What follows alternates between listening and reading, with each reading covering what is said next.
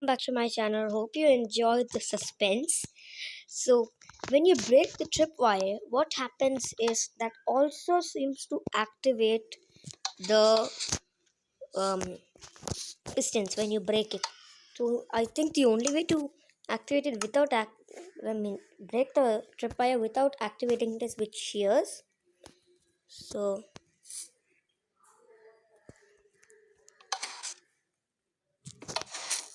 no, that too activates it. So, maybe it's in the newer versions that it will cut the tripwire. So then now what I wanted to tell was that tripwires have three modes. This is mode 1 and this is mode 2. And when you activate it, it goes, you can see that it's going down.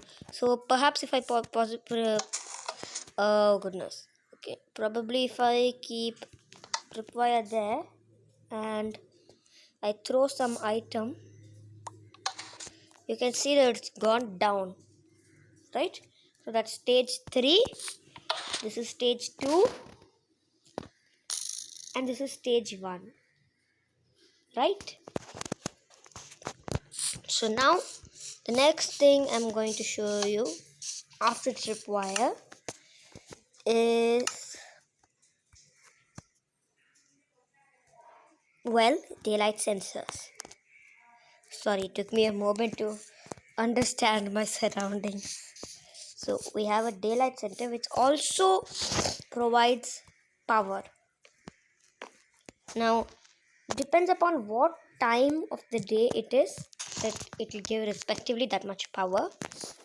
Now if I keep a daylight sensor here and if I keep some redstone dust like this, it depends upon what time of the day it is and it will give the signal strength as to that time of the day.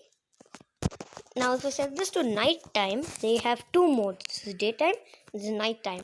So when it becomes night time, it will become on. Daytime it will become like this. So for example, you can use this for a build where if you're having a lamp post.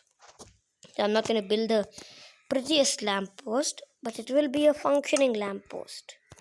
So if I just go ahead and do that and do this and do this, the lamp post turns on. Now if you can literally like break the things underneath and it will look like a floating lantern. And if you wanted to look at night time, you can do that and just switch it off to night time. And as you can see, this is set to daytime, it will turn on. And if this is set to daytime, it will turn on.